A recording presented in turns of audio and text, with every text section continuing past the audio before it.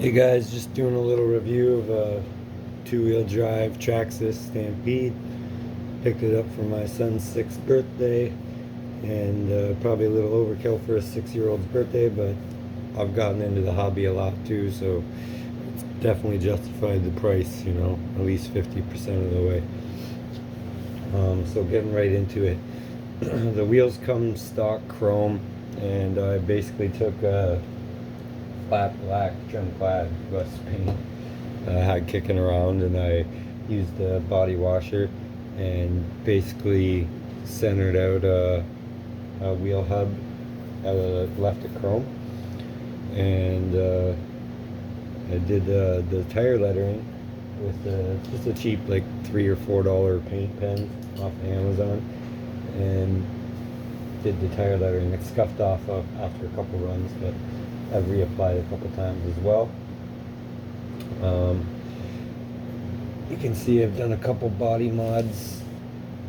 I don't really see that online. I want to go against the grain in that way. Yeah, sorry, before we get into that, I just want to mention the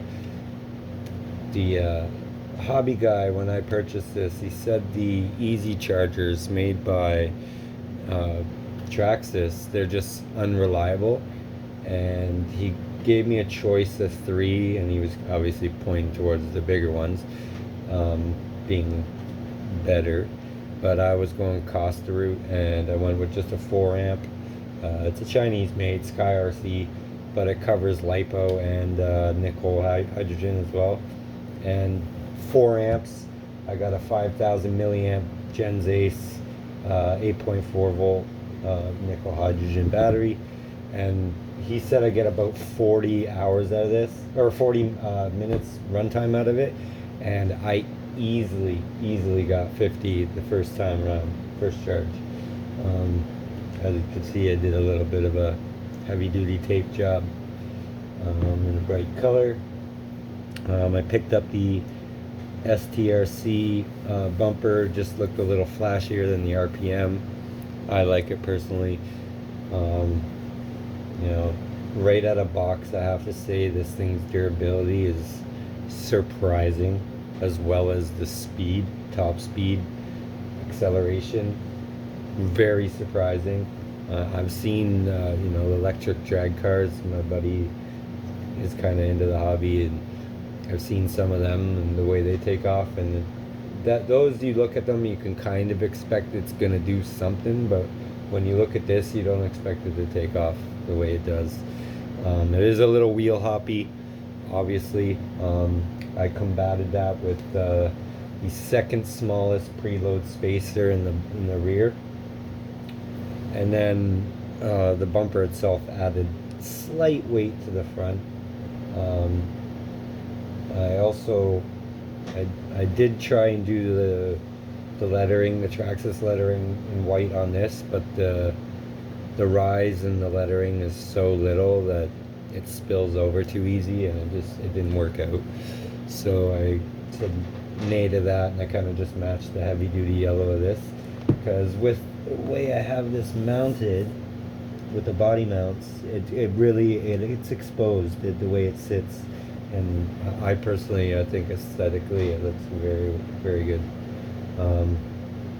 As you can see, I kind of just taped up the front posts as well, just because they're exposed and the black's boring.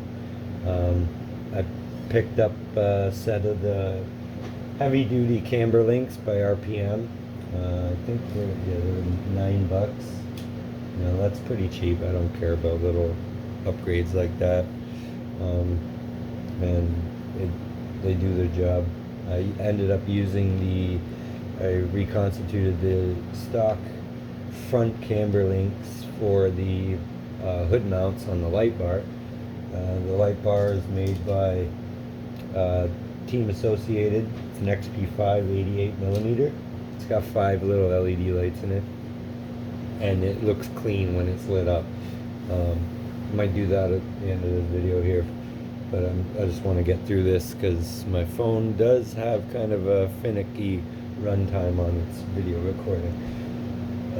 Gotta love Androids. But that being said, we're just gonna take this off. I've taken it off ahead of time. I did a heavy duty tape job on the opposite end. The hobby guy did do a little bit of a snippy snip and took the standard one off and put a little, basically an adapter, basically, because this one's going to go into the charger itself, and then the adapter will work with this plug no problem. It's not giving me any issues. This warms up pretty damn good, but I gotta say it doesn't even match the temperature on the motor. So if it's not hitting motor temperatures, don't gotta worry, definitely. Out of box, the springs, really flimsy feeling, but the compression rate on them isn't actually too bad. I ended up adding those spacers in the front recently as well. Same ones, second smallest out of the OEM packaging. The light bar itself, it was really simple to just take off the piece here, the top of the receiver case, and I kind of amped up the connections of the wiring with just like a craft hot glue gun, and that way if there was any tugging, it's going to tug on that glue first, and I have a little more safety in the pull. Not that I want to tug in the first place, but you know, it's just little precautions. I forgot to mention, you know, like, I bought this for my 6-year-old, and you know, you think a 6-year-old is gonna bash this in the learning curve, but I was actually the first one to bash it going full speed. And in the moment of upgrading that I was in, it had a lot of understeer because of the rise of the front end. Not jumping, but just enough that it would create an understeer, and you had to overcorrect quite often. And doing that down the sidewalk, I ended up slamming right into a pole, a telephone pole, or a hydro pole here in Canada, and it bent this considerably back, and it basically created a recess on the bolt mounts for the bulkhead. So I ended up picking up a spare bulkhead for when that goes, matching color obviously.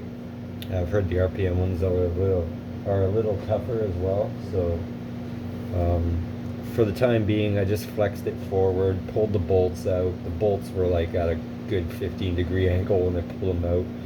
I don't know how I didn't strip the actual threading of the bulkhead, but it's fine. It's holding snug now.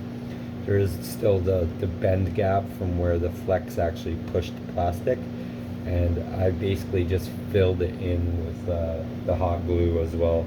So in my last run, I gave a little love tap at some point on a turnaround or something, and the love tap, I guess the pressure, it just naturally pops out the plastic or the hot glue, which I'm okay with. That's just a little like safety net essentially. The hobby guy also said, you know, these things are said to be waterproof, but they are not that waterproof, and it's more or less the dirt and the soot that comes in with the water gets into the nitty-gritties, and that's what really messes stuff up. So I haven't touched no water, but we took it to some dirt tracks and it got real dusty. I did use at one point just MacGyvering some ideas. I had those shoe booties you put on when you come in and you do moving and whatever, painting, and I basically just clipped that over the body mounts and tucked it over the back end of the motor, and what was it? I think I just tucked it in the front end underneath the front mounts here, so it held snug. But after a while, it actually became a detriment to the running, just because there's no escape once it actually collected. So it actually collected so much that it was looked like it could bother it at some point. So I just, after running in the dirt for so long with it, it did its job, took it off, just ran it open. That's also what I've kind of been doing with some of these body mods, which I see no one does. No one touches the bodies. I know they're a little pricey for just a piece of Lycan plastic or whatever it is, but like for the body mounts, I just bought a little rotary tool, like a Dremel. Not a Dremel because they're expensive, or a little more expensive, but I picked up the certified one, or whatever they're called. I think that's the brand. And I just did a little fender mount with the light switch. I tried to stay as clean as possible with the wiring. I think that's pretty good. The hot glue on the, I painted the underside with that paint as well. It does scratch off, as many of you know, with the spray paint on Lycan, but it's the underside, so don't worry too much. It's going to be rock chipping. It's going to do it too.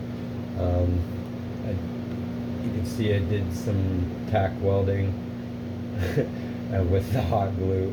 Yes, it's not the prettiest, but it's a little runnier than hot steel there, boys. Relax. For the mesh, I actually just picked up, it's just screen mend for like screen doors, and you just run it behind a hair dryer or a heat gun, and one side just is extremely adhesive, and it worked incredibly well in my opinion. I don't think I could have asked for much more. The only problem is the strips are too thin to do a diagonal run. Well, I could have did it on that one, but I just wasn't thinking at the time.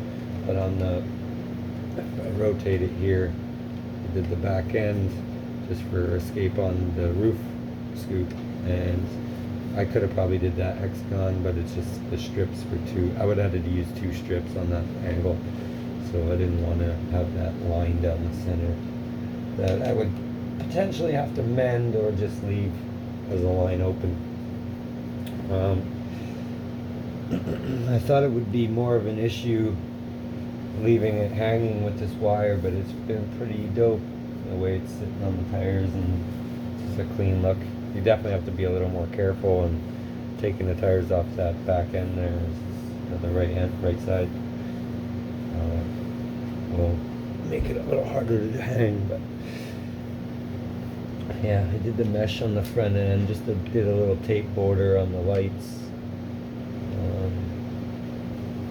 As you can see, the mounts, I tried to be as clean as possible with the escapes, the holes in the hood for the mounts, just because like, I want it to be long term essentially. I might just pick up an extension so I can have it's definitely a annoying part of the 2-wheel drive is probably the antenna, but it is what it is. I don't mind it.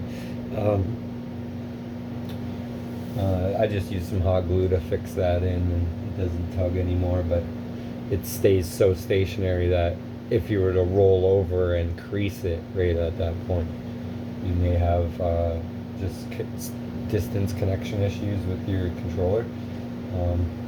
You used a Permalock on or Loctite on a lot of stuff. Mini needle nose pliers, pretty essential. There's my cutting tool. Used it for the boring, some of the sanding of the edges as well. Colored glue sticks. That was just kind of a me thing. I'm like, you know what? I might be able to do some bordering, something like that. The electrical tape, I think that's a really clean look. You know what? I'm gonna set it up here and put the battery in. Just give you turn on the light on the recording and give you guys a look. See, I did also did the blue. It's come off from dust and whatnot, but I did blue on the steering servo wire, and I kind of just tuck it under, and it feeds sideways and kind of shows on a side view.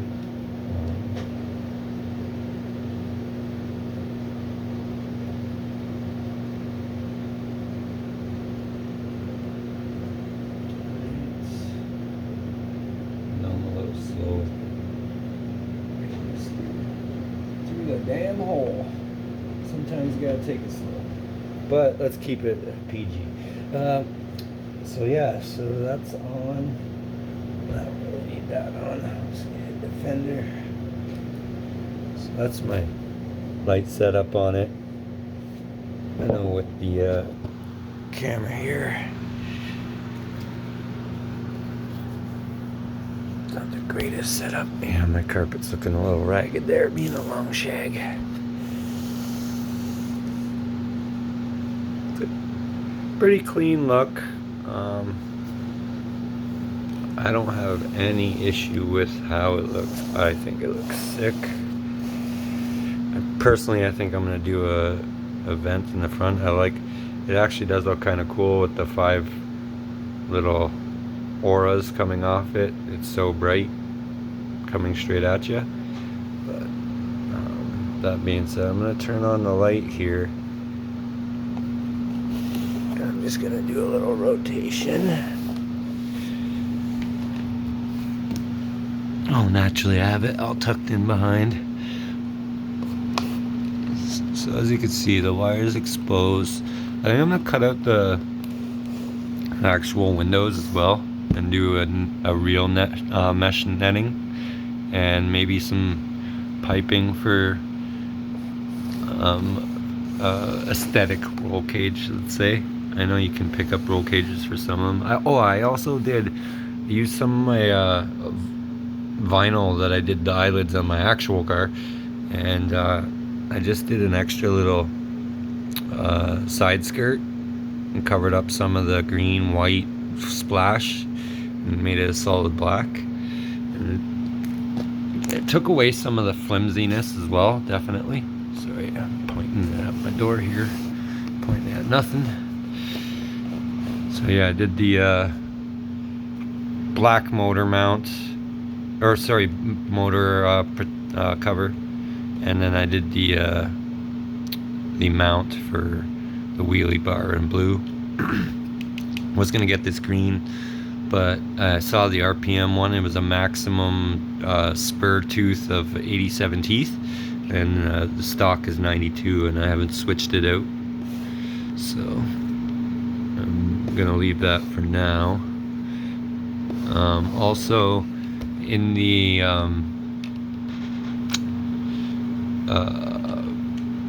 drive shaft there's the pin that locks it into the actual transmission, and it's threaded on one side, and I didn't realize that at first, and I pulled them out and I couldn't get it driven back in on the one side, and I thought I'd stripped it, or I could not set it in proper, so I had to order a set from Amazon, and then the day that they were coming, I ended up getting it set in by pulling the drive shaft out just a tiny bit, gave the clearance, and I guess the screw just went in flush, and then I had no problem. And I hate how they just have that stupid little just cutout on the transmission cover, gear cover. It literally looks like someone just took a X-Acto blade and cut out a little square. And so yeah, that's where the yellow kind of pops. I realized the white's kind of boring on the battery. I think I might end up doing that a yellow, just for a little pop. I think the hood mounts look really good. The hardware they did provided, there wasn't enough for both hood mount holes, just because I used them for the brace piece, so I had to give up at a certain point, and I realized this close up, I see some dust, gotta clean it up. I'm gonna take it on a night run tonight, I think. There's a little close up of the 5 lights. It's a pretty clean look, I think. The way I have it set in, if it takes the hit, like the flex, when I have it pinned in, the flex actually takes it and creates a crease point basically in the front third of the fender. So it's like, if that's where the problem is gonna lie, if that ends up cracking there, and that's my biggest issue, so be it. Maybe I might have a body mount crack or whatever, but I also don't put body washers in the front because of the pad clearance, the way it sits. I don't want that flat piece kind of flexing on this curve all the dang time. I just feel like it's gonna create part of the stress. And on the back end out of box, the the body clip clearance for the tiny hole here, it's just so much that there's a wiggle. So I used the extra ones from the front, and I just doubled up in the back. So that's my first few things done to this bad boy. I really like the RPM stickers. The big ones suck. The minute there's any sort of dust collecting in a flex, an open flex, it collects and collects and collects. That thing will be off in 2 or 3 more runs probably. The small ones I put on the... Oh, one fell off actually. Son of a... The one on the one side's still there down low. That guy's there. He's still doing pretty good. He's doing the best. But they're just stickers, whatever. What was that thing I was just gonna show now? And I lost it. No, I definitely lost it at the moment. Oh yeah, my fender switch. So I haven't had any issue with any collection or hitting of it or anything like that so far. I was thinking of maybe doing like a Q-tip framed fender inner fenders, just to cover up some stuff, and maybe a little triangular, you know, aerodynamic cutout the back end of the fender there, and I think that would be aesthetically pleasing, just with the back end grill here. The escape, it's gonna hit this back end piece, which in turn would probably slow it down at certain speeds. I don't know how much it really matters with something this small, but I would assume that air is still gonna, you know, force through that, hit that wall. It's gonna create a slowness, and the air is gonna need escape. If you create an escape, then, you know, with these ducts that I want to cut out, I would assume that would help with some of the drag it might create, but that's pure speculation. I saw some of the stranding on the glue, but that is, yeah, totally pure speculation. I'm not sure if it's actually that, you know, differential or not, if it actually makes a difference. But yeah, that's my bad boy. Other than my 6-year-old, he's a bad boy too. But let me know what you guys think of my mods so far. I think next I'm gonna go with the lower A-arms. I didn't take the wheels off. I do have the aluminum hubs, and I know this comes with the bushings out of box. That is 100% the first mod you should do to this thing. The bushings, a spin on the front wheel, 10 seconds or less. You're lucky if you get 10 seconds. With the bearings, I picked up a pair of bearings, and I use a deep creep lubricant, and that stuff, like, it's decent, but it's more or less it pushes out a lot of grit rather than actually lubricating the movement. So it's kind of half and half, really. But the spin on the bearings themselves, you can get easily a minute on good bearings. They're really small, so they don't have the performance of, say, of like a skateboard bearing, but you don't need to like overspend on bearings. You can buy a 20-30 set for $15 off Amazon, those bearings are going to perform as good as a 10 set at the same cost of like the better brand, that Fast Eddies or whatever. Because like I said, at that smaller bearing, the performance difference in high grade to low grade is really not that much. So I think my servo's kind of stuttering there because it's just sitting there doing nothing. Yep. But yeah, I'm probably about, I'd say $550, $600 Canadian into this thing, and I had a budget of about 425, and so as you can see, I've definitely gotten into it too, and that's justified, like I said earlier, the cost of it all. But I've had fun. We've hit some awesome dirt tracks.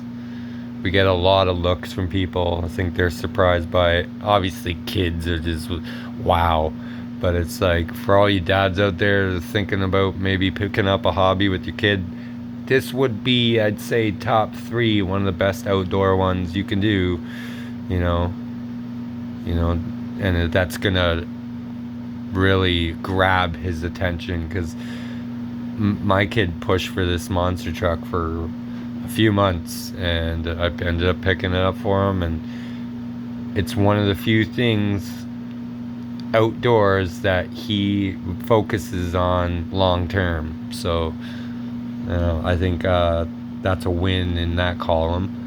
And with the day and age of screens, and he loves his screens too, don't get me wrong, but I'm trying to get him outdoors, and this is a great way for any of you dads looking to push your kids out the door, or maybe pull them out the door in this sense, and have some fun with them. Maybe go out and travel, road trip a little bit too. And like I said, you getting into it will definitely justify the cost. I will in the future be getting like a drift car, or maybe an 8 or X-Max 1/6, the 1/6 scale, or whatever size they are. I think those are pretty sick. But yeah, suspension necks green, arms green, chassis skid plates green. That's the next stuff. And yeah, let me know what you guys think of my upgrades. They're a little against the grain compared to standard people's, and I like them. I think a lot of hobby guys might like them, but let me know.